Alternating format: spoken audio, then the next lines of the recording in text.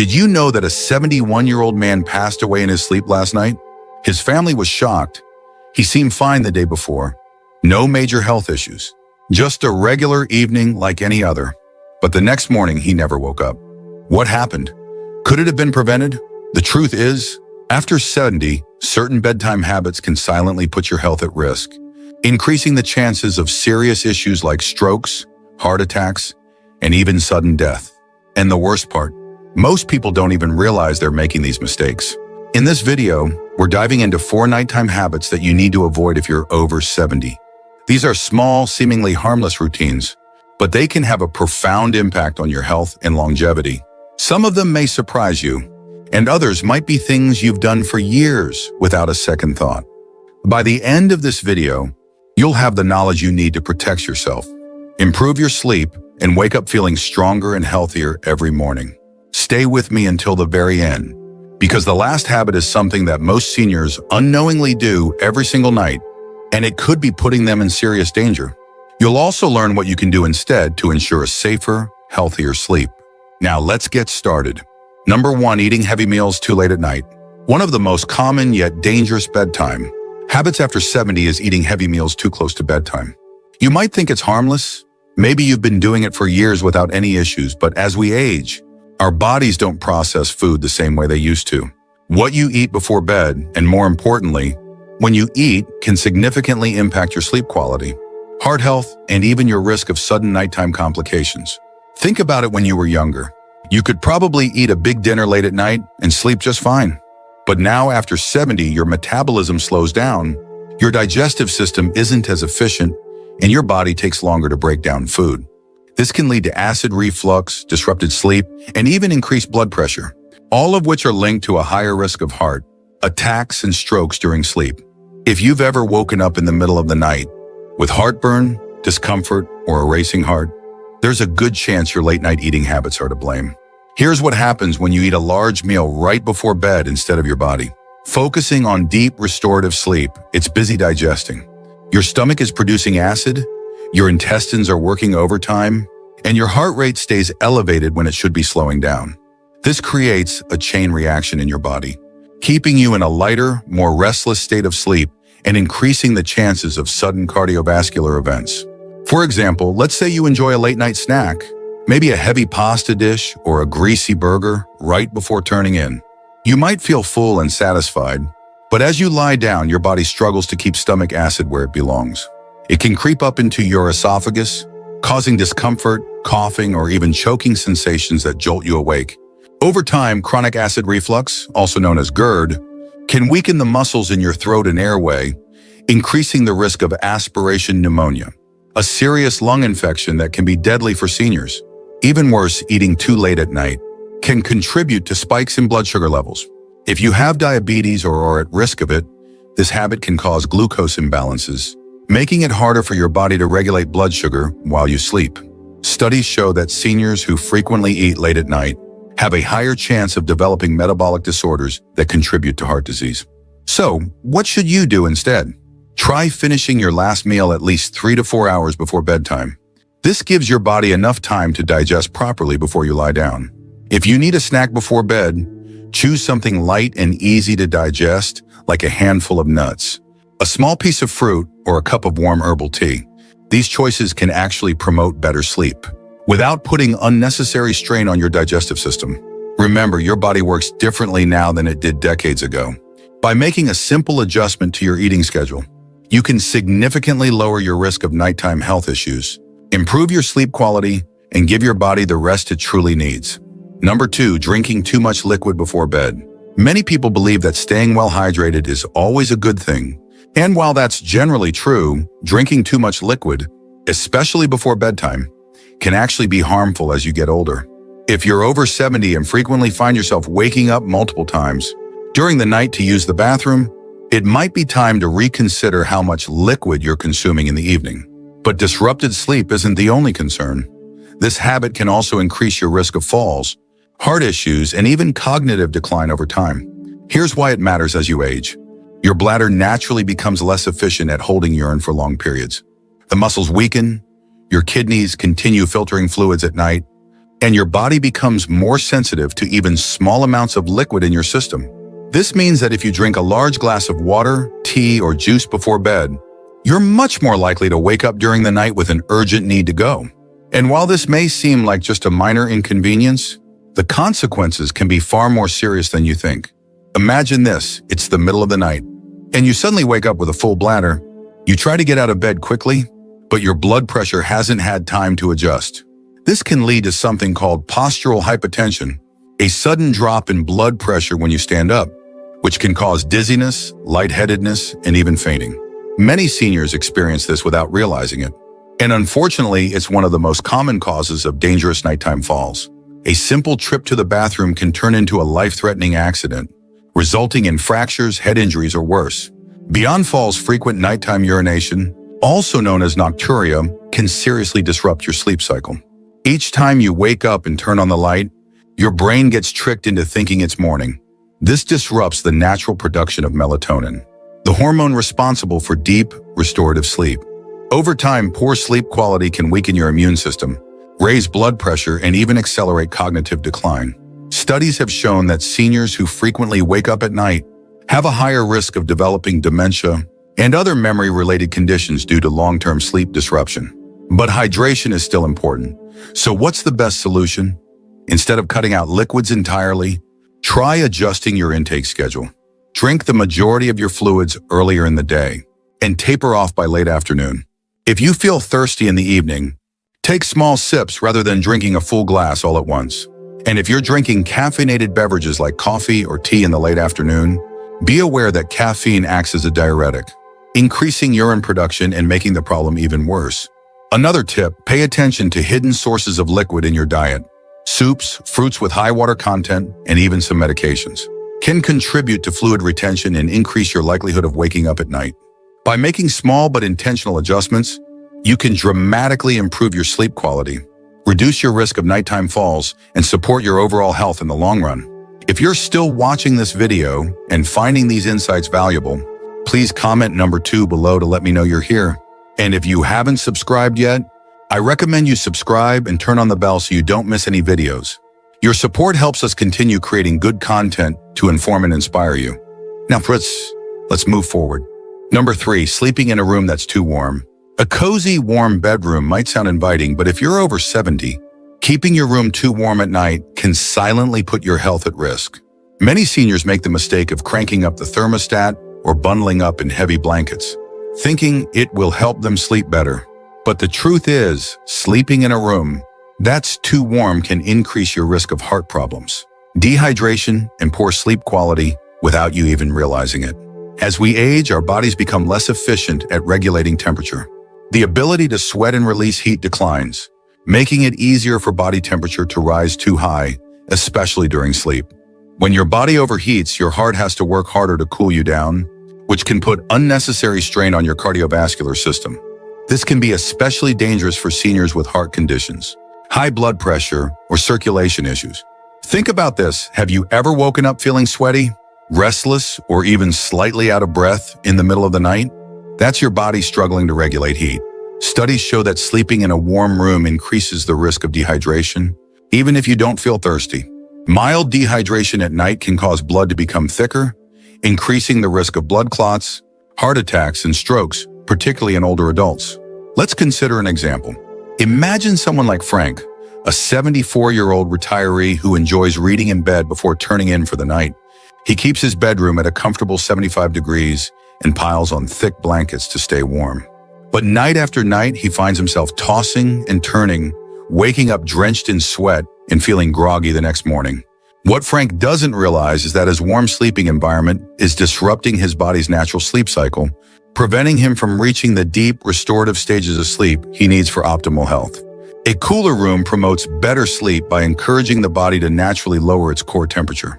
This process is essential for deep sleep, which helps with memory consolidation, immune system function, and overall longevity. Seniors who consistently sleep in a cooler environment report waking up feeling more refreshed, energized, and mentally sharp. So, what's the ideal sleeping temperature? Experts recommend keeping your bedroom between 60 and 67 degrees Fahrenheit for optimal sleep quality. If that feels too cold, try layering with breathable cotton blankets instead of heavy synthetic ones, which can trap heat. Wearing light, moisture-wicking sleepwear can also help regulate body temperature throughout the night. Another simple trick, open a window for fresh air or use a small fan to keep air circulating. Not only does this help with cooling, but it also improves air quality, reducing the risk of respiratory issues that can disturb sleep. Making this small adjustment to your sleep environment can have a powerful impact on your overall health. By keeping your bedroom cool, you reduce your risk of cardiovascular strain, promote deeper sleep, and wake up feeling better rested without the dangers of overheating. Now let's talk about one last bedtime habit that's particularly risky for seniors, yet many people unknowingly do it every single night. This one might surprise you. Number 4, sleeping in the wrong position. Most people don't think twice about the way they sleep, assuming that as long as they're comfortable, they're fine. But after 70, the position you sleep in can have a much bigger impact on your health than you might realize. The wrong sleeping position can lead to breathing problems, poor circulation, and even increase the risk of heart failure or stroke. And yet many seniors unknowingly sleep in a way that puts unnecessary strain on their bodies every single night. Here's why it matters as you age. Your body naturally experiences changes in muscle tone, lung function, and circulation.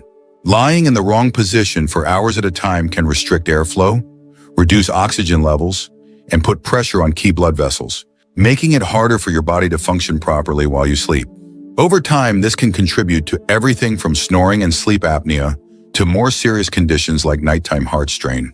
For example, sleeping flat on your back might seem like a comfortable choice, but for many seniors, it's actually one of the riskiest positions. When you lie on your back, gravity causes your tongue and soft tissues in your throat to relax and fall backward, partially blocking your airway.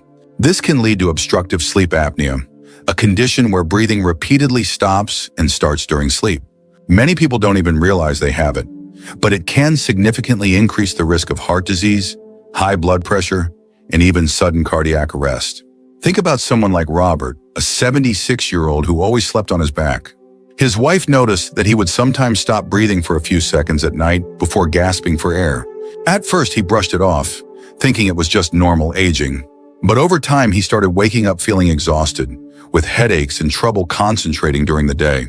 When he finally spoke to his doctor, he learned that his sleeping position was contributing to undiagnosed sleep apnea, putting a strain on his heart every single night. Even if you don't have sleep apnea, sleeping in the wrong position can also affect circulation. When you sleep on your right side, studies suggest that it puts extra pressure on the heart, making it harder for blood to circulate efficiently. This is particularly concerning for seniors with heart conditions, as it can contribute to fluid buildup in the lungs and legs, leading to a condition called congestive heart failure over time. So, what's the best sleeping position after 70? Experts recommend sleeping on your left side whenever possible. This position helps improve circulation, allows the heart to pump more efficiently, and even aids digestion. For people prone to acid reflux or heartburn, sleeping on the left side can prevent stomach acid from creeping up into the throat, reducing discomfort and improving sleep quality. If you struggle to stay on your side during sleep, try using a body pillow to keep yourself from rolling onto your back. Elevating your head slightly with a supportive pillow can also help keep airways open and reduce the risk of breathing disruptions. And if you experience joint pain or stiffness, placing a pillow between your knees can help maintain spinal alignment and reduce pressure on your lower back. Making this simple adjustment to your sleeping position can have a profound impact on your overall health. By ensuring that your body is in an optimal position for circulation, breathing, and heart function, you can reduce the risk of nighttime health complications and wake up feeling more refreshed and energized. If you're still watching this video and finding these insights valuable, please comment number 4 below to let me know you're here. And if you haven't subscribed yet, I recommend you subscribe and turn on the bell so you don't miss any videos. Your support helps us continue creating good content to inform and inspire you. Now, let's move forward. Final thoughts. We've covered 4 bedtime habits that might seem harmless, but can actually put your health at risk after 70. From eating too late at night to drinking too many fluids before bed, from keeping your room too warm to sleeping in the wrong position, each of these habits can silently impact your heart, sleep quality, and overall well-being. The good news? These risks aren't set in stone. By making small adjustments to your nighttime routine, you can improve your sleep, lower your risk of serious health issues, and wake up feeling stronger every morning. Now take a moment to reflect, which of these habits do you recognize in your own routine? Do you find yourself waking up frequently at night? Have you ever felt restless or overheated while sleeping? Maybe you've been sleeping on your back for years without realizing the impact. Whatever the case, the key is awareness. Once you recognize the problem, you can take steps to fix it. So here's my challenge to you tonight. Pay attention to your bedtime routine. Try adjusting just one of these habits and see how it affects your sleep. Maybe you'll move your last meal a little earlier, lower your thermostat, or shift to your left side while sleeping. Even one small change can make a big difference over time. Hello there. If you're watching this right now, chances are you or someone you love has been doing their best to stay healthy in their golden years. Maybe that means walking every day around the neighborhood. Or maybe it's making sure you get 10,000 steps in before dinner. If so, I want to begin by saying you're doing something right. But I also want to offer you something better. My name is Dr. James Hall. I'm a geriatric physician with over 30 years of experience helping older adults stay strong, independent, and full of life well into their 70s, 80s, and beyond. I've seen what works, and more importantly, what doesn't. And today, I want to share with you something that could change the way you think about aging forever. The big misconception. For decades, the golden rule has been, just keep walking. And don't get me wrong, walking is a beautiful, simple, and accessible form of movement. It gets your heart pumping, your legs moving, and your mind relaxed. It's a fantastic starting point. But here's what most people don't realize. After age 70, walking alone is not enough. In fact, if it's your only form of exercise, it might actually be holding you back. That may sound surprising or even frustrating, especially if you've been disciplined about getting your daily steps in. But stick with me. I'm not here to take walking away from you. I'm here to add something back. Something deeper, stronger, and more powerful for your long-term health. The silent decline that walking can't stop. Let me tell you something that every geriatric doctor knows, but most older adults are never told. There are 5 silent threats that begin to accelerate after age 70. Muscle loss, balance instability, joint stiffness, postural weakening, overuse strain on knees and hips. Walking helps with some of these, but it leaves critical gaps. Gaps that, if ignored, can lead to falls, pain, hospital visits, and the slow fading of independence. You may feel okay today. You may say, I'm still moving fine. But aging doesn't shout, it whispers. It whispers when getting out of bed feels a little harder. It whispers when you start using your hand to push off the couch. It whispers when a short walk leaves your knees aching or your back sore. And by the time that whisper becomes a scream, often in the form of a fall or a health scare, recovery is slower, harder, and more painful. But here's the truth. It doesn't have to be this way. New standard, 5 pillars of healthy aging. Doctors today are no longer just telling older adults to keep moving. We're telling them to move smarter, to focus on 5 essential areas of fitness that protect your independence, your energy, and even your brain health. Over the next hour of this video, I'm going to guide you through these 5 pillars. Strength training, to prevent muscle loss. Balance exercises, to avoid life-altering falls. Flexibility and mobility work, to keep your joints pain-free. Core and posture movements, to protect your spine and confidence. Low-impact joint-safe movement, to reduce wear and tear. These are not complex. They don't require a gym. They don't demand perfection. They just require intention. A small daily choice to support the only body you've got.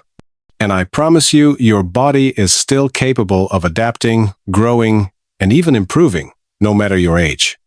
The new standard, 5 pillars of healthy aging. Doctors today are no longer just telling older adults to keep moving. We're telling them to move smarter to focus on 5 essential areas of fitness that protect your independence, your energy, and even your brain health. Over the next hour of this video, I'm going to guide you through these 5 pillars. Strength training to prevent muscle loss. Balance exercises to avoid life-altering falls. Flexibility and mobility work to keep your joints pain-free. Core and posture movements to protect your spine and confidence. Low-impact joint-safe movement to reduce wear and tear. These are not complex. They don't require a gym. They don't demand perfection.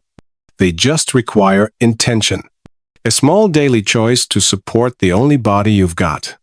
And I promise you, your body is still capable of adapting, growing, and even improving, no matter your age.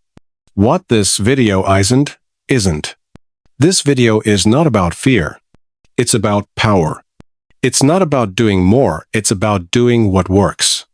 And it's not about blaming you for walking. It's about celebrating that habit while helping you build a foundation that goes deeper.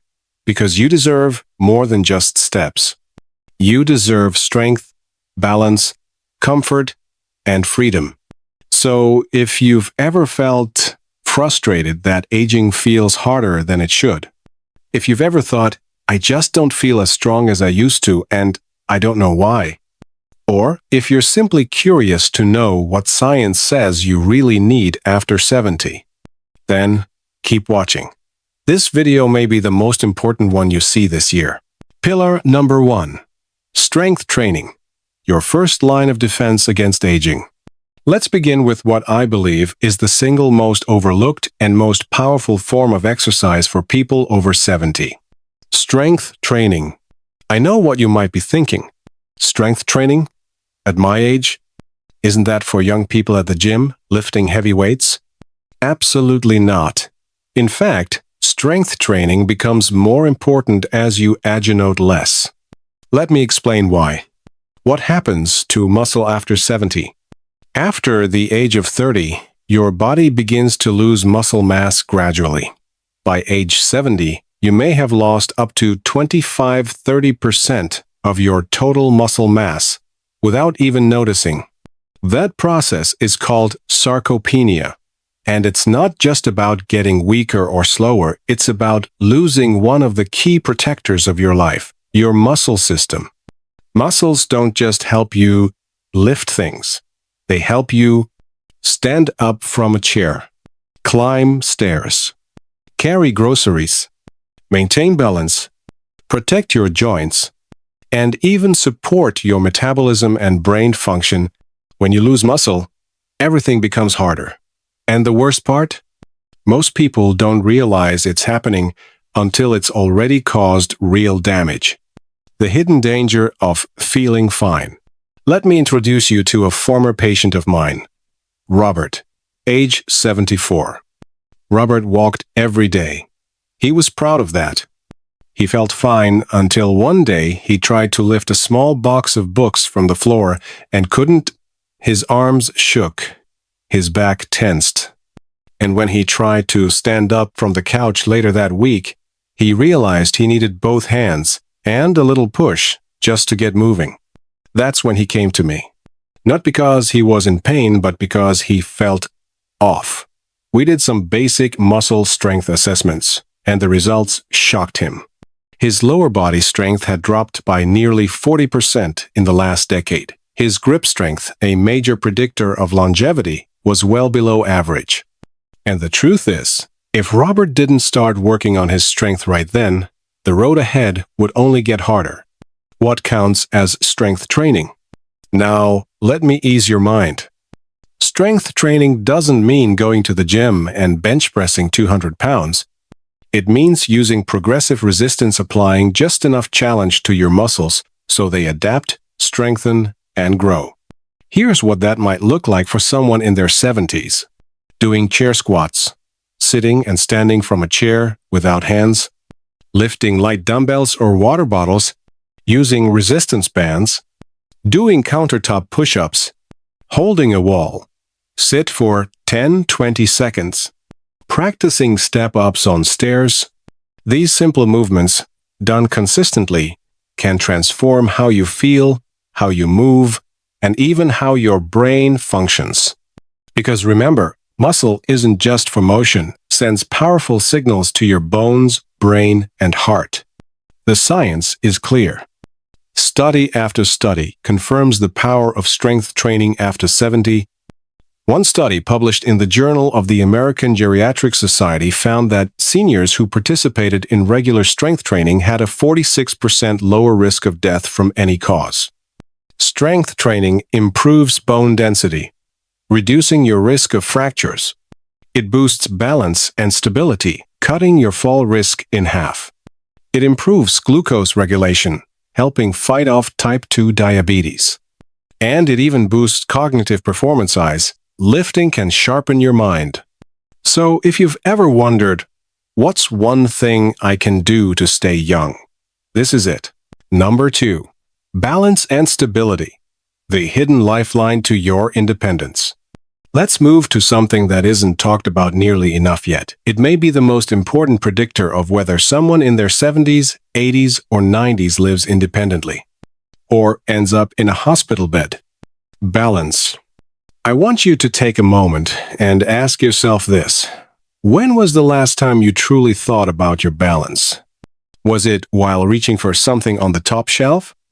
Was it the last time you bent down to tie your shoes and felt just slightly unsteady? Or maybe you haven't noticed anything yet, and that's the most dangerous part. You see, balance doesn't usually go all at once.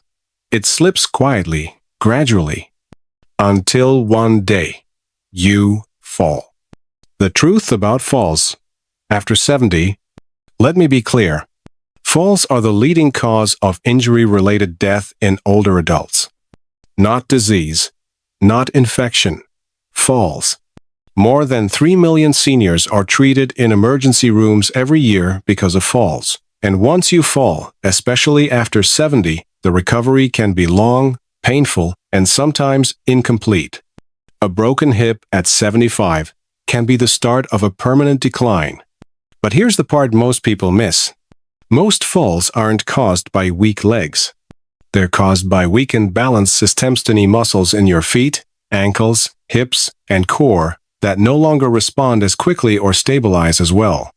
And unfortunately, walking alone won't fix that. Why walking isn't balance training?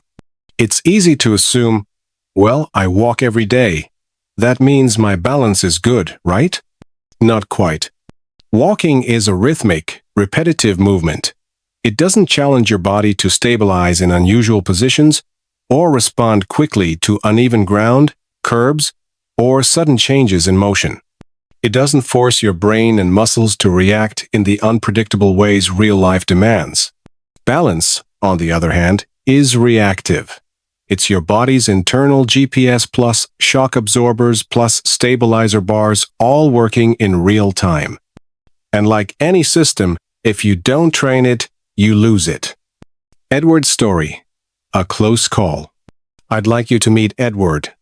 He's 76, a retired school principal who took pride in staying active. He walked his dog every morning, ate well, stayed socially engaged. But last year, something happened that shook him. While stepping off a curb downtown, his right foot landed awkwardly, just a little too far. In a split second, he lost his balance. Arms flailing, heart racing, stumbled forward, barely catching himself on a newspaper stand. He didn't fall, but he could have. And that moment stuck with him. He came into my clinic a few days later and said something I'll never forget. I didn't realize how vulnerable I'd become until my own body reminded me. We tested his balance things like standing on one foot for 10 seconds, heel to toe walking in a straight line, shifting weight side to side with eyes closed. Edward failed most of them. And yet, he felt fine. He had no pain. He walked daily. But his balance system had been slowly deteriorating, and he never saw it coming. Why balance declines with age, and what to do about it. As you age, several things begin to change. The small stabilizer muscles around your ankles and hips weaken. Your inner ear, which controls spatial orientation, becomes less sensitive. Your reflexes slow down, meaning your body takes longer to correct a misstep. And your proprioception, your brain's sense of where your body is in space, becomes less sharp. But here's the good news. Just like with strength, balance can be rebuilt.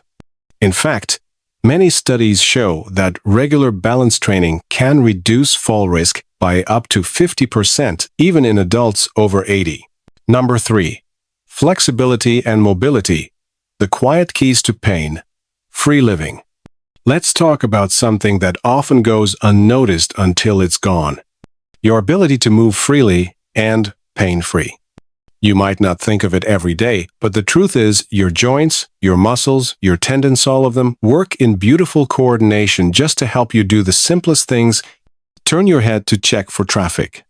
Reach up to grab a cup from the cabinet. Bend over to tie your shoe or pick up a dropped key. Now imagine this. What happens when those movements start to feel tight? What happens when you stop reaching, twisting, or bending because it's just not as comfortable as it used to be? That's what we call a slow loss of mobility.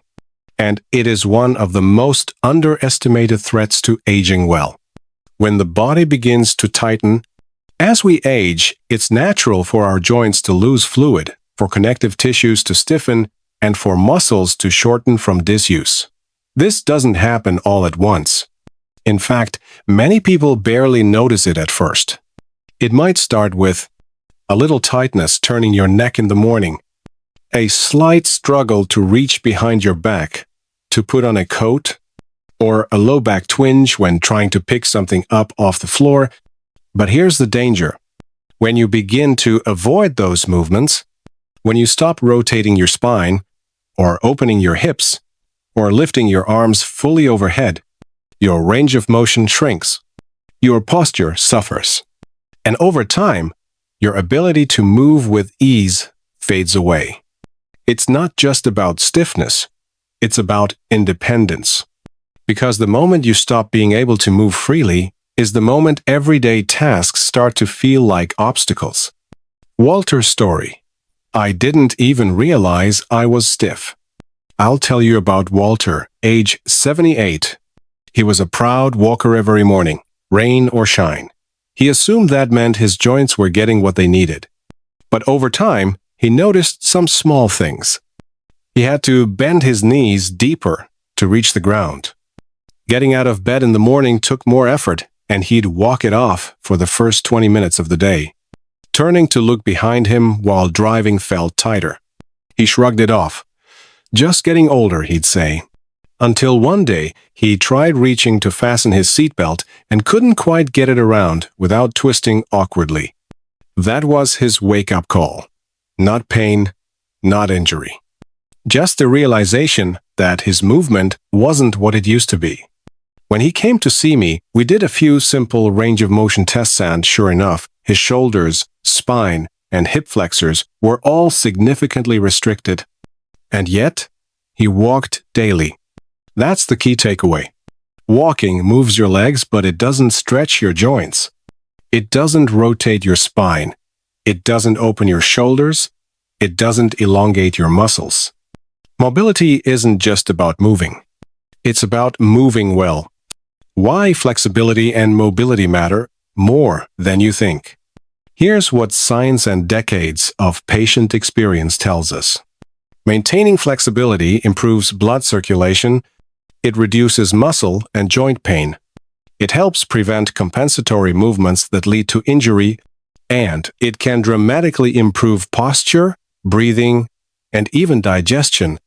In fact, one large study from Japan found that seniors with greater flexibility, particularly in the spine and hamstrings, had significantly lower risk of falling and better functional independence scores than their stiff counterparts. Think of flexibility as the oil in your engine.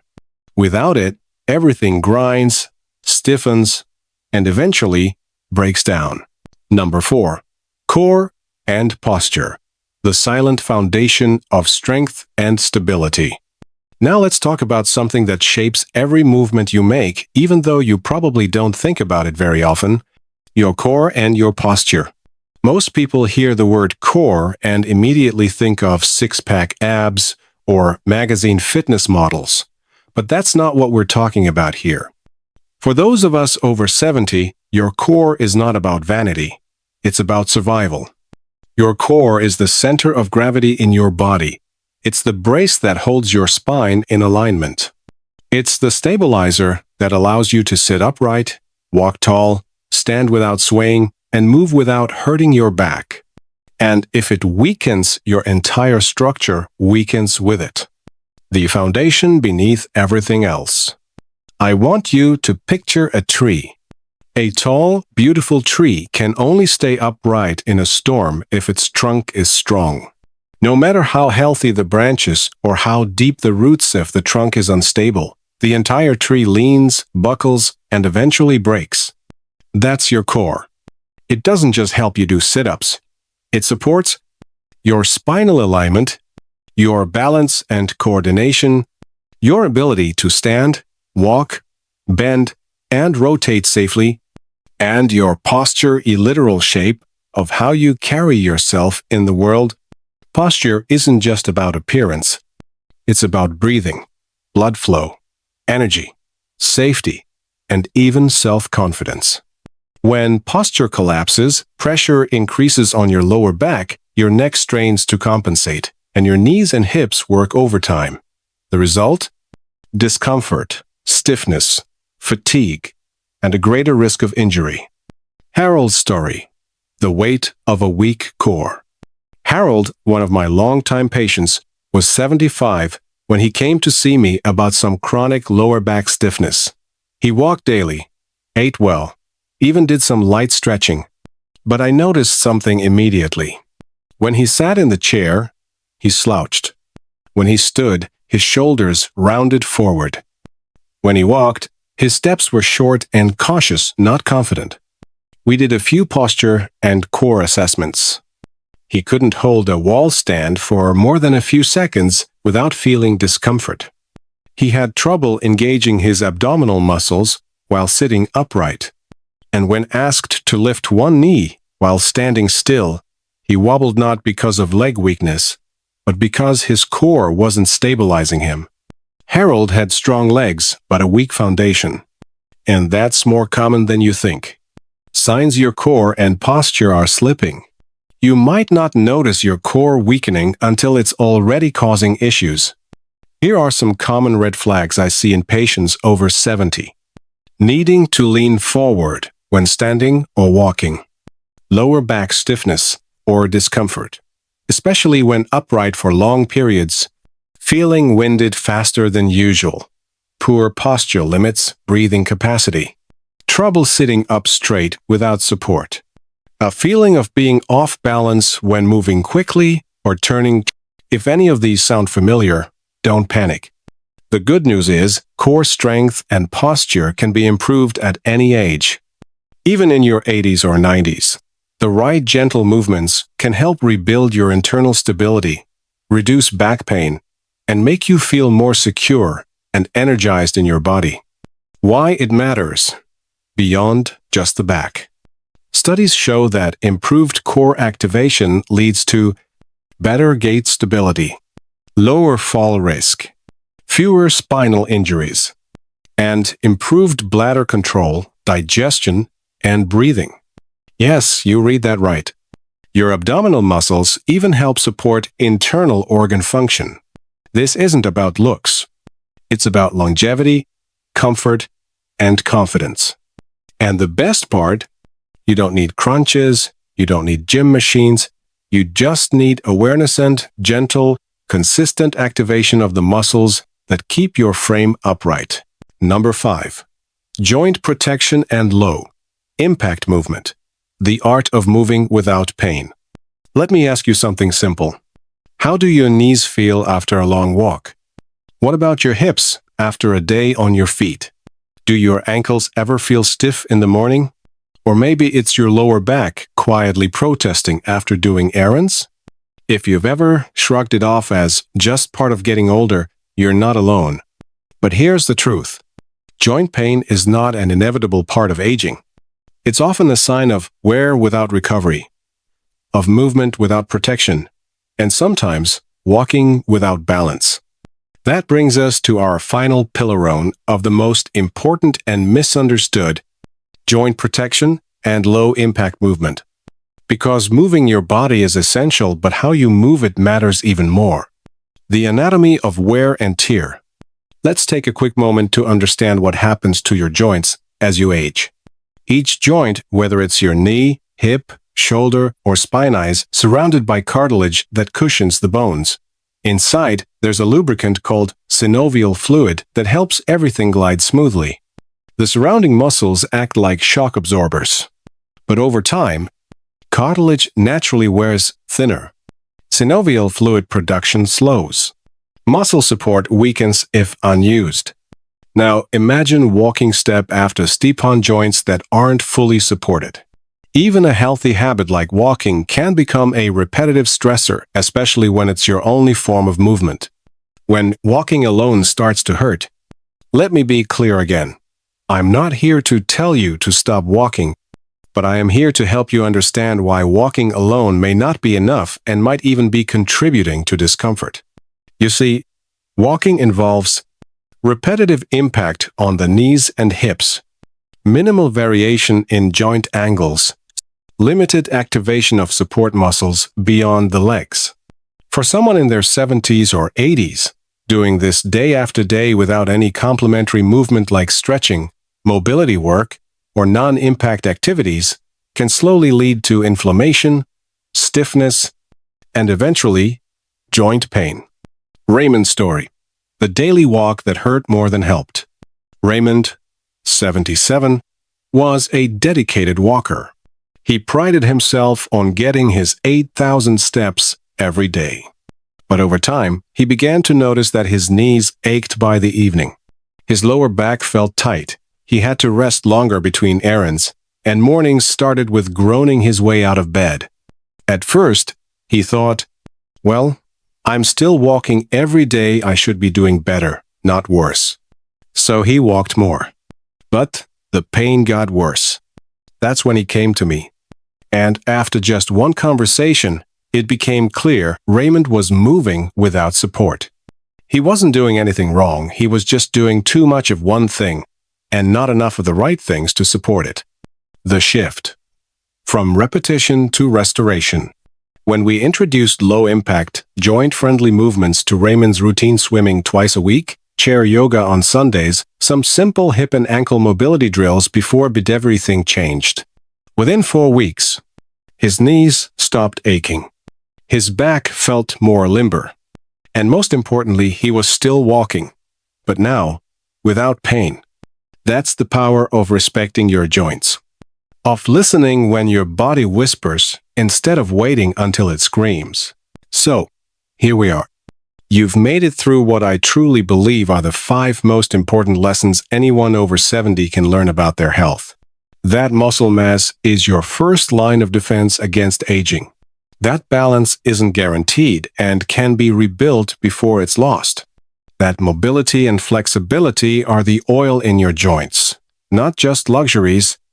That core strength and posture shape not just how you look, but how you feel. And that joint protective, low-impact movement is the art of moving without pain. If there's one message I hope you'll carry with you from this entire video, it's this. Movement alone isn't enough. The right kind of movement is what gives you your life back. Getting older doesn't mean getting weaker. I've been a doctor for more than 30 years. And the biggest myth I've seen people believe is that aging means decline, that it's normal to slow down, to lose strength, to feel stiff, to hurt. But what I've learned, and what I've seen in hundreds of patients, says this: aging means changing. But change doesn't have to mean losing. Your body still wants to move well. It still wants to be strong. It just needs a little help, a little intention, and maybe a new direction. A simple question for you right now. Take a moment, right now, and ask yourself, Do I feel as strong as I'd like to? Do I trust my body to catch me if I stumble?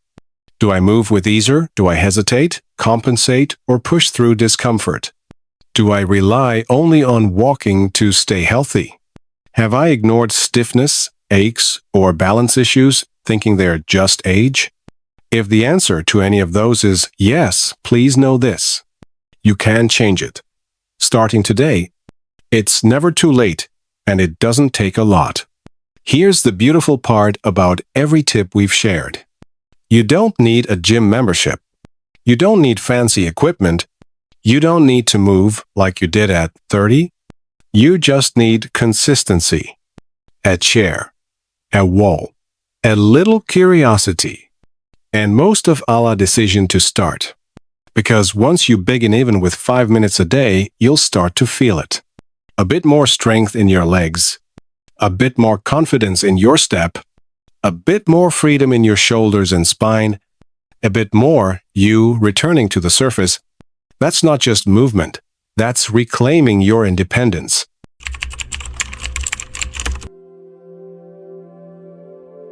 Have you ever left someone's home feeling more exhausted than when you arrived? As we get older, how we spend our time and, more importantly, who we spend it with becomes increasingly important.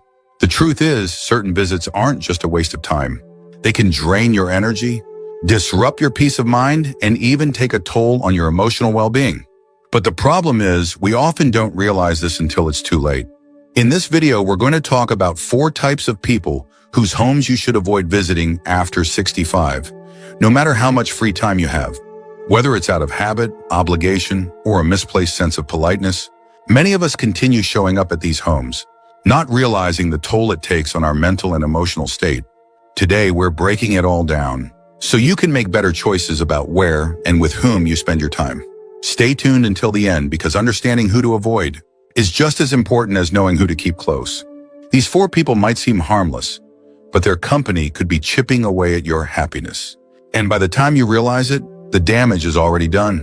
Once you recognize these patterns, you'll have the power to protect your energy, set healthy boundaries, and spend your golden years with people who truly uplift you. Now let's get started. Number 1, the chronic complainer. Some people never have a good day, and even when things are going well, they'll find a reason to be upset. You know the type. The moment you walk into their home, you're greeted with a sigh, a complaint about their health, the economy, or how nobody cares about them. It doesn't matter if the sun is shining or if they've just received good news. There's always something wrong, and if you stay too long, you'll start to feel it too. Negativity is contagious, and when you spend time with someone who constantly complains, it seeps into your own mindset, whether you realize it or not. It's not just about hearing a few grumbles. It's the emotional weight they put on your shoulders. The longer you sit there, the more you absorb their frustration, their hopelessness, their belief that the world is against them. And when you finally leave, you might notice that you feel heavier, as if you're carrying their burdens along with your own. Now, this doesn't mean you should abandon friends or family who are going through tough times. Everyone has struggles, and it's natural to lend a listening ear. But there's a difference between someone going through a rough patch and someone who has made negativity their way of life. Chronic complainers don't want solutions, they want an audience. They thrive on sympathy, and they'll keep pulling you back in, visit after visit, until their problems become your problems. The tricky part is, they don't always seem toxic at first. Many complainers start small, an offhand remark about a bad night's sleep, a minor grievance about the neighbor's dog. But before long, you're stuck in a cycle of endless complaints about the unfairness of life. And no matter how much advice you offer, they never take action. You'll notice that no matter how many hours you spend listening, nothing changes. The same problems, the same frustrations, over and over again. And here's something to keep in mind: if you try to shift the conversation to something positive, they'll resist. They might dismiss your optimism or turn it into another complaint. Try telling them about something good that happened to you, and they'll find a way to diminish it or compare it to their own misfortunes. Over time, you'll realize that every visit leaves you emotionally drained rather than refreshed. If you walk into someone's home feeling fine, but leave feeling exhausted, irritated, or even a little hopeless, it's time to reconsider those visits. After 65, your time is too valuable to be spent absorbing someone else's endless negativity. There's nothing wrong with offering kindness, But don't mistake kindness for sacrificing your peace of mind. You are not responsible for carrying the weight of another person's unwillingness to seek happiness. Number 2, the manipulative user. Not everyone who welcomes you into their home does so because they enjoy your company. Some people invite you over only when they need something. And the moment you arrive, you can feel it. At first, it might seem innocent enough. Maybe they ask for a small favor, something that doesn't seem like a big deal. But over time, you begin to notice a pattern. They don't reach out to check on you. They don't invite you over just to chat. Instead, every visit comes with an expectation, something they need you to do, something they want from you. The tricky thing about manipulative people is that they rarely make their requests obvious. Instead, they disguise them in guilt, obligation, or even flattery. They'll say things like, "I don't know what I'd do without you," or "You're the only one who understands." They might talk about how lonely or helpless they feel, making you feel responsible for their happiness. And before you know it, you're fixing their leaky faucet, driving them to run errands, or spending hours doing things for them, instead of enjoying your own free time. Here's the problem. These relationships are not built on mutual respect. The true friendship or family bond is about give and take, where both people support each other. But with a manipulative user, the balance is always off. You give, they take. You make time for them, they expect more. And when you start to notice that your visits leave you feeling obligated rather than appreciated, that's a sign that something isn't right. Some people might justify this by saying, well, they don't have anyone else. And that might be true. But ask yourself, if the situation were reversed, would they be there for you? If you needed help, would they drop everything to assist you the way you do for them? If the answer is no, then you have to wonder, are they really a friend or just someone using you for convenience? One of the biggest red flags of a manipulative user is how they react when you say no. If you decline a request and they make you feel guilty, disappointed, or even angry, that's a clear sign that your visits are not about companionship, they're about control. And after 65, the last thing you need is someone who sees your kindness as an opportunity to take advantage of you. Your time is valuable and your energy is limited. Spending it on people who genuinely care about you is what makes life fulfilling. But spending it on someone who only sees you as a resource will leave you feeling drained, unappreciated, and eventually resentful. If someone only calls when they need something and never just to check in on you, that's not a real connection, that's an obligation. And you deserve better. If you're still watching this video and finding these insights valuable, please comment number 2 below to let me know you're here. And if you haven't subscribed yet, I recommend you subscribe and turn on the bell so you don't miss any videos. Your support helps us continue creating good content to inform and inspire you. Now let's move forward. Number 3, the drama magnet. Some people don't just experience drama, they create it. No matter what's happening in their life, there's always a conflict, a feud, or a crisis unfolding. And if you spend enough time around them, you'll find yourself caught in the middle of it.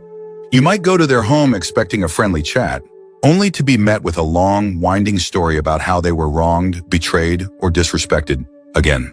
And before you know it, you're being pulled into their never-ending cycle of chaos. The problem with drama magnets is that peace makes them uncomfortable. When things are calm, they feel restless, so they stir the pot, gossiping about others, exaggerating small disagreements, or even twisting stories to make themselves look like the victim. And they don't just want you to listen, they want you to take sides. They'll tell you about a falling out they had with a neighbor or a family member, and suddenly you're expected to agree with them, defend them, or even distance yourself from the people they dislike. And here's the real issue, it never ends. Even if you try to stay neutral, they'll keep pushing, testing, and waiting for you to pick a side. If you agree with them, they'll reward you with more gossip, more exclusive details about the situation. But if you disagree or try to change the subject, they'll take offense. You might even become their next target. That's the thing about people who thrive on drama. Eventually, everyone around them gets pulled into their mess. One of the most exhausting things about visiting a drama magnet's home is that you leave feeling emotionally drained. The conversation isn't uplifting, the time spent isn't enjoyable, and there's a constant undercurrent of tension, even when they're being friendly. And if you're not careful, their influence can start affecting your mood, your relationships, and even how you see the world. Some people mistake this for passion or excitement, thinking, well, they just have a lot going on. But real friends don't drag you into unnecessary stress. Real friends don't make you feel like you're walking on eggshells, trying not to say the wrong thing. If someone's home feels more like a battlefield than a place of comfort, ask yourself why you keep going back. The older you get, the more you realize that peace is priceless. And if someone thrives on drama at the expense of your well-being, it's okay to step away. You're not obligated to listen, participate, or take on their emotional burdens. After 65, your time should be spent with people who bring you joy, not with those who treat you like an audience for their never-ending problems. Number 4, the negative nostalgic. Some people live in the past, and not in a way that brings warmth or wisdom, but in a way that keeps them stuck in bitterness, regret, and resentment. When you visit their home, the conversation always circles back to what went wrong, who disappointed them, or how life was unfair to them. It doesn't matter how much time has passed or how much good they have in their life today. Their focus is always on what they lost rather than what they still have. At first, it might seem like harmless reminiscing. After all, everyone enjoys talking about the past now and then. But with the negative nostalgic, it's never just about memories, it's about reliving disappointments. They'll bring up old family conflicts, past betrayals, or lost opportunities. And the more they talk, the more they sink into resentment. And here's where it affects you, because no matter how positive you try to be, they will always pull the conversation back to regret. Have you ever noticed that after spending time with certain people, you start to see the world the way they do? That's the danger of spending too much time with someone who fixates on the past. Without realizing it, you might find yourself dwelling on your own regrets, your own disappointments, things you thought you had let go of years ago. And slowly, without meaning to, you begin to adopt their perspective, seeing life through the lens of what could have been instead of what can still be. And it's not just about their own regrets. They might also try to shape your view of life. They'll tell you that things will never be as good as they used to be, that today's world has nothing to offer, that getting older only means loss. And if you let those words sink in, they can start to feel like the truth. The reality is, life changes for everyone. There are always things to be grateful for, new experiences to enjoy, and new memories to create. But the negative nostalgic doesn't see it that way. To them, the best days are gone, and they have no interest in finding joy in the present. And if you spend too much time in their home, you risk absorbing their hopelessness instead of protecting your own optimism.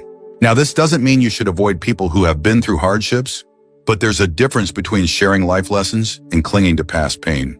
There's a difference between honoring memories and being trapped by them. After 65, you should be surrounding yourself with people who appreciate what life still has to offer, not those who only see what they've lost. If you're still watching this video and finding these insights valuable, please comment number 4 below to let me know you're here. And if you haven't subscribed yet, I recommend you subscribe and turn on the bell so you don't miss any videos. Your support helps us continue creating good content to inform and inspire you. Now let's move forward. Final thoughts. As we wrap up this video, take a moment to reflect on the 4 types of people we've talked about. Have you ever found yourself leaving someone's home feeling drained, frustrated, or emotionally weighed down? If so, it might be time to reconsider where and with whom you spend your time.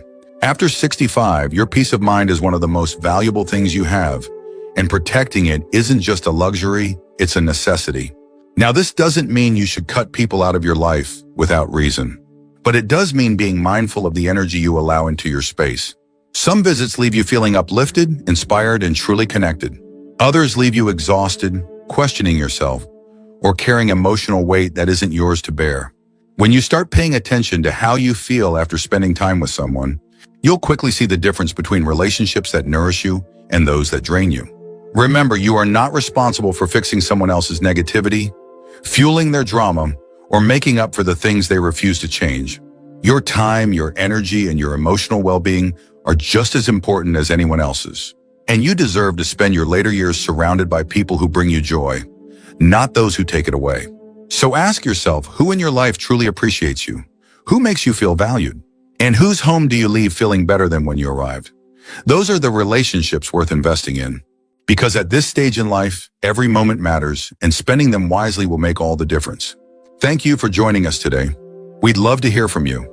Leave a comment below and share one thing you learned today and how you plan to use it in your life.